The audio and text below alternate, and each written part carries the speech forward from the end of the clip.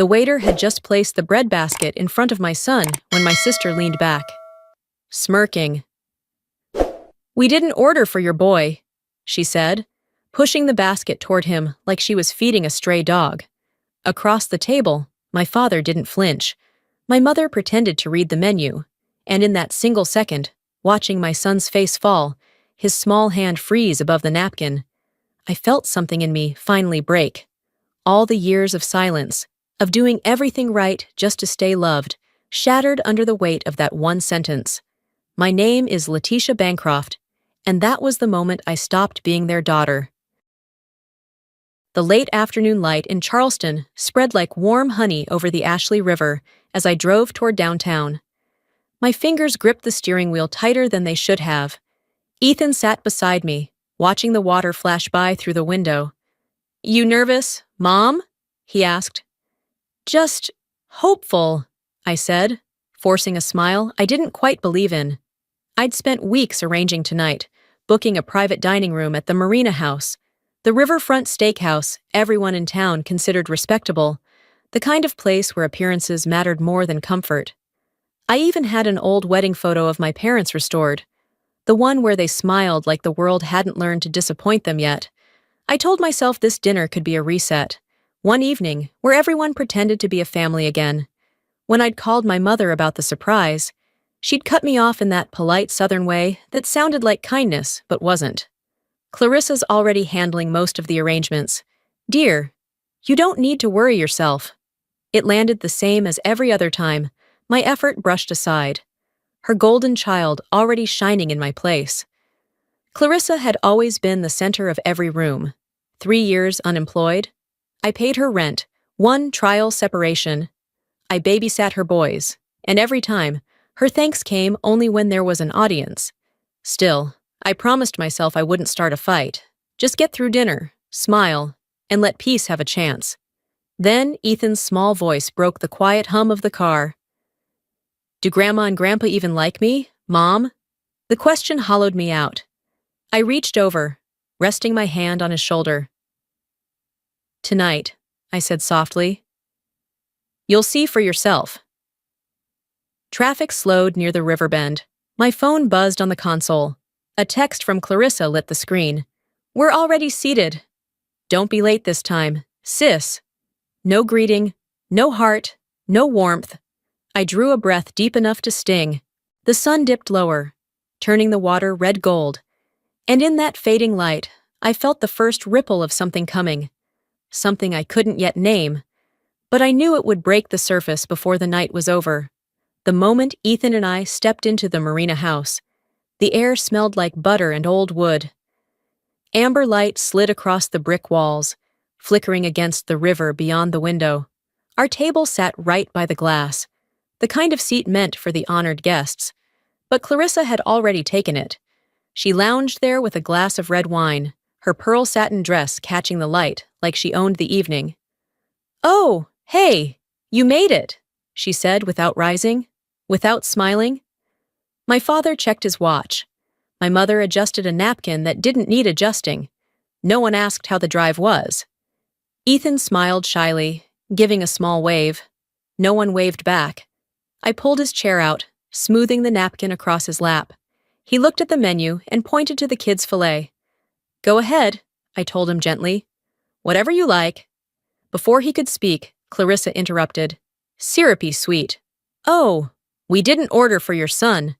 Then she slid the bread basket toward him, like tossing scraps to a stray. "Excuse me?" I said. My father sighed. "You know how he is. Letitia, you should have packed him something simple." No one looked at Ethan.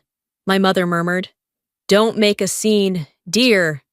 Ethan's hand trembled as he reached for a roll. He tried to smile, and that broke me more than their words ever could. I stood up. The waiter turned, startled. "Would you like to order, ma'am?"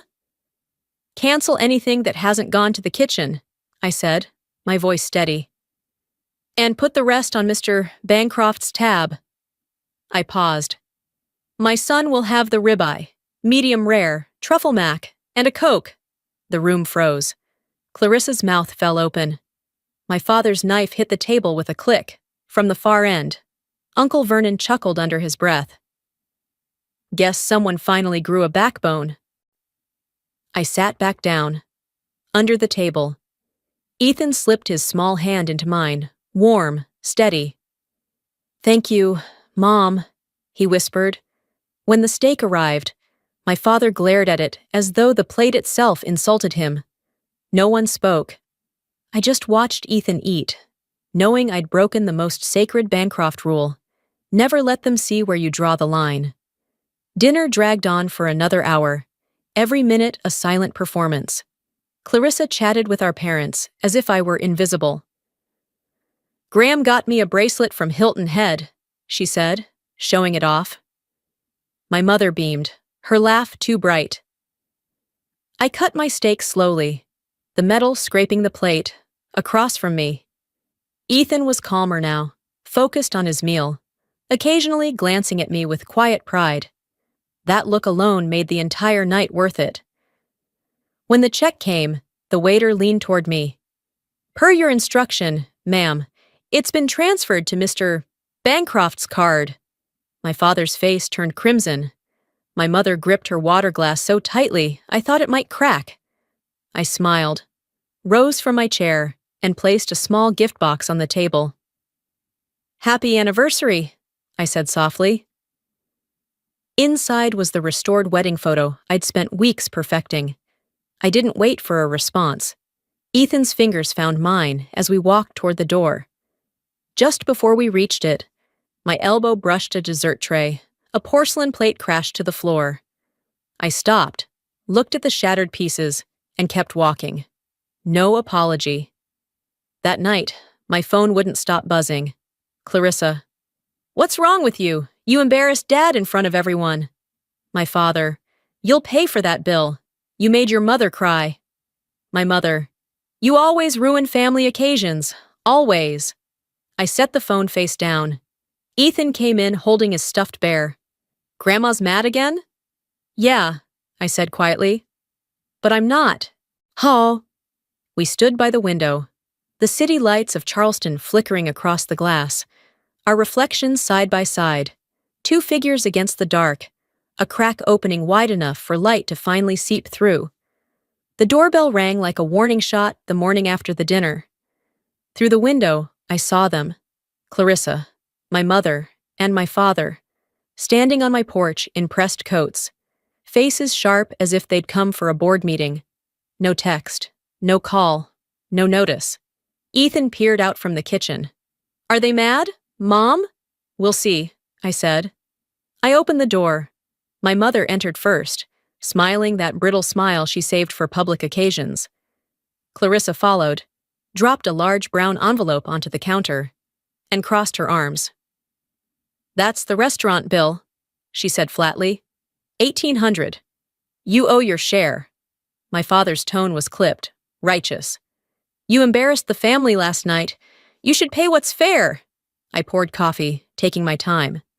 My mother scanned the house, lips pinched, disapproving of the lived-in mess. I slid the envelope open. $1,800, I said. Interesting number. Almost exactly half of the mortgage I've been paying for you. Clarissa. Silence. My mother's jaw slackened. Clarissa stammered. That's not the same thing. You're right, I said evenly. Mine was voluntary. This is extortion. My father's hand slammed the table. Enough, Letitia. You always think you're better than us. No, I said, calm as ice. I just stopped pretending you're better than this. They left in a flurry of slammed doors and muttered outrage. My mother wept. My father looked at me like a stranger. When the car pulled away, Ethan appeared. Are we in trouble? Not anymore. I turned back to the counter. Beneath the invoice lay another sheet, stained ink, different handwriting. Clarissa's own overdue notice, payment past due, Bancroft account. They hadn't planned to split anything. They'd planned to dump it all on me. I picked up my phone and called the bank. Mrs. Harper? The teller said. She's 2 months behind on her mortgage. The corner of my mouth lifted. For the first time, I felt the balance shift. I texted Clarissa. Consider the mortgage officially yours again. I'm out. Minutes later, Mother called, furious. How could you do that? She's your sister. Exactly, I said. Not my dependent. I hung up and knew. This wasn't a disagreement anymore. It was war. By Saturday afternoon, I'd stopped shaking. Cleaning the garage felt safer than thinking. Dust floated in sunbeams when I dragged an old box from behind a rusted filing cabinet, Vance Seafood, 1999. Inside were ledgers from the family restaurant, Bancroft's Wharf. The pages smelled of mildew and salt. On the first one, neat columns labeled payroll, expenses, family assistance. Clarissa's name appeared again and again. Private therapy bills, apartment loan, emergency withdrawal. My name, absent. At the last page, in faded blue ink, Letitia doesn't need help. She never does. I laughed, soft and bitter. So that was it. I'd mistaken neglect for trust. Halfway through, a torn sheet clung by one corner. I lifted it carefully, the ink bleeding from water damage. The words read, Claire, overdraft repayment, confidential. My father's handwriting. Clarissa had stolen from the restaurant, and they'd covered it up with company money. Everything aligned at once. The favoritism, the silence, the guilt they made me carry. I wasn't the dependable one. I was the insurance policy. I photographed every page, saving each image to a PDF. My phone buzzed. Clarissa again. Mom says you're acting crazy. Maybe talk to someone before you ruin everything. I typed back. Already talking to someone, my lawyer. I closed the ledger and stared at my hands. Blue ink streaked across my palm. I'd carried that stain my whole life, not on my skin, but somewhere deeper. Ethan wandered in, holding a wrench. Mom, what's that? Our family history, I said, but I'm about to rewrite it. The garage light flickered out, leaving only the glow from the driveway reflecting in the window. I stood there, ledger pressed against my chest, ready to step into the darkness and finally fight back. 2 weeks after the fight in the garage, Charleston buzzed with gossip. Clarissa posted a photo of her smiling family with the caption, Family means forgiving those who forget where they came from. Within hours, old friends and distant cousins chimed in. I didn't reply. I only texted a coworker who asked if I was okay. They're just pruning the family tree. That Thursday, a sharp knock echoed through the house. 2 women stood outside. Child Protective Services. Mrs. Bancroft, we received an anonymous report about neglect. My pulse spiked, but I smiled. Come in. They checked the rooms, the fridge. Ethan appeared, calm as ever. Mom never leaves me alone. She's the safest person I know. The women softened, apologized, and left. I slid to the floor, breath shaking.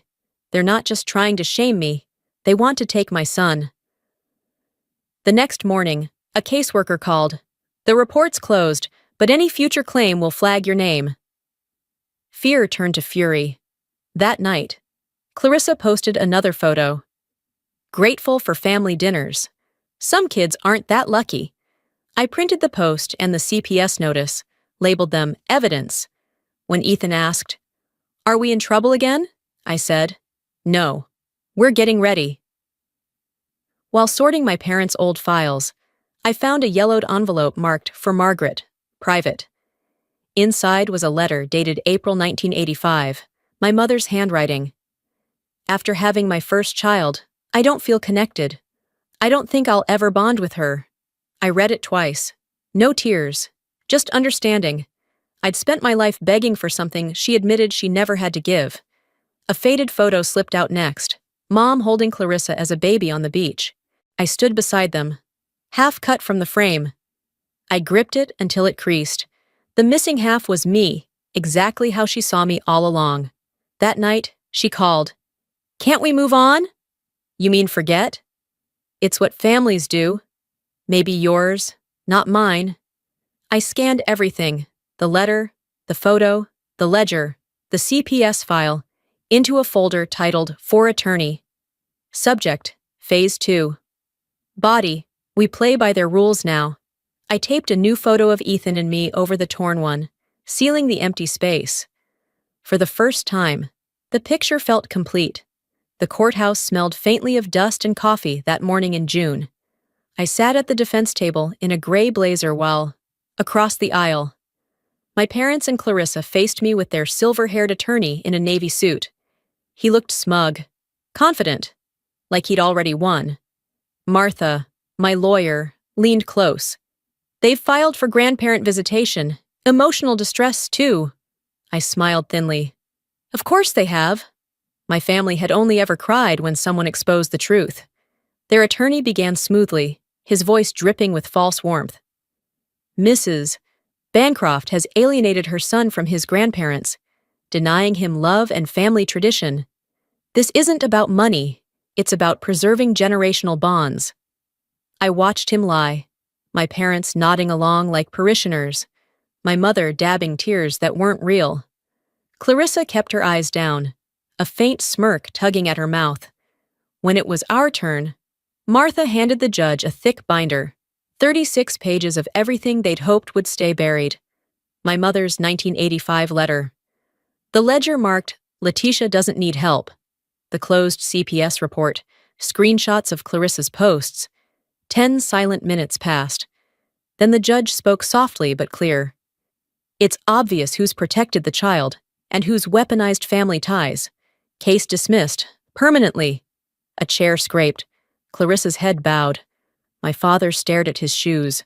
My mother's sobs this time sounded real. Mourning not loss, but control. Outside in the hallway, a voice called after me. "Letitia." Graham stood there, phone in hand, eyes heavy. "I'm sorry for what she's done. I'm moving out." "Do whatever brings you peace," I said. He nodded, almost smiling. "Guess we're both learning that lesson." The courthouse door closed behind me. For the first time, silence didn't mean defeat. It meant freedom. 2 days after the verdict, I mailed 3 envelopes, one to my father, one to my mother, one to Clarissa. Each held the same letter, printed on heavy white paper with a bold heading across the top. "Cease and desist notice. Any further attempt to contact or defame will result in legal action." At the bottom, I'd added a handwritten line. "This is the last time you will hear from me. If you ever try to reach my son again, you'll speak to my attorney, not me." I sealed each one carefully, pressed my thumb against the flap, and felt the strange calm that follows a storm. 3 days passed. No calls, no messages, no new rumors. I started to think maybe they finally understood. Then, Thursday morning, my phone chimed with a bank alert. $3,000 received from Graham Harper. Note, for peace. I stared at the screen. No anger, no triumph, just a quiet relief. After a lifetime of noise, silence felt like payment enough. A week later, the Charleston Post ran a piece about the Business Women of the Year awards. There I was, smiling in the center of the group. In the corner of the photo, blurred by distance, stood Clarissa, eyes fixed on me, expression empty of hate, full of loss. I didn't feel victorious, just finished. That night, I cut out the article, keeping only the line beneath my picture. Financial advisor Letitia Bancroft recognized for contributions to community education. I pasted it into my journal, beneath a photo of Ethan as a toddler, and wrote beneath it, "Peace is expensive, but I can finally afford it." The road to Folly Beach curved beneath the weight of summer air, the kind that smelled like salt and memory. Ethan and I drove with the windows down, the ocean already visible beyond the dunes. I hadn't been back here since the week I left my marriage, the week I promised myself I'd never beg for peace again. The beach was quiet this time of year. We parked near the pier, carrying a small tent, a cooler, and an old cast-iron skillet. The air was thick with sea breeze and freedom. We pitched the tent where the sand met the tall grass, then built a small fire as dusk folded over the waves. Ethan speared a piece of fish over the flames, the butter sizzling as it dripped into the coals. When he looked up, his face was bright in the orange light, his grin easy and unguarded, something I hadn't seen in months. "Mom," he said, "do you ever miss them?" I watched the tide crawl toward us, the sound steady and soft. No, I said finally. I just stopped feeding ghosts. He nodded like he understood, though he was only 13. Maybe pain teaches you the language of peace faster than time ever could. Later, while I packed away the dishes, Ethan rummaged through his backpack and pulled out a photo frame. I made something for you, he said, handing it over. Inside was the old wedding photo of my parents, the one I'd restored months ago. Only now, our faces replaced theirs. Just me and him, standing on the same beach. Now it's our version of family, he said proudly. I laughed, the kind that stings in a good way. Perfect framing, kiddo. The sunset spilled gold across the frame, half light, half shadow, just like us. The past wasn't gone. It simply didn't own me anymore. We sat together as the fire faded, listening to the hush of the waves. You seem lighter, Mom, Ethan said softly. Because I am.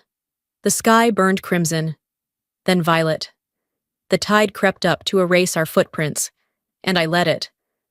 Revenge wasn't destroying them, I thought, watching the water shimmer. It was setting myself free, and for the first time in my life, I truly was.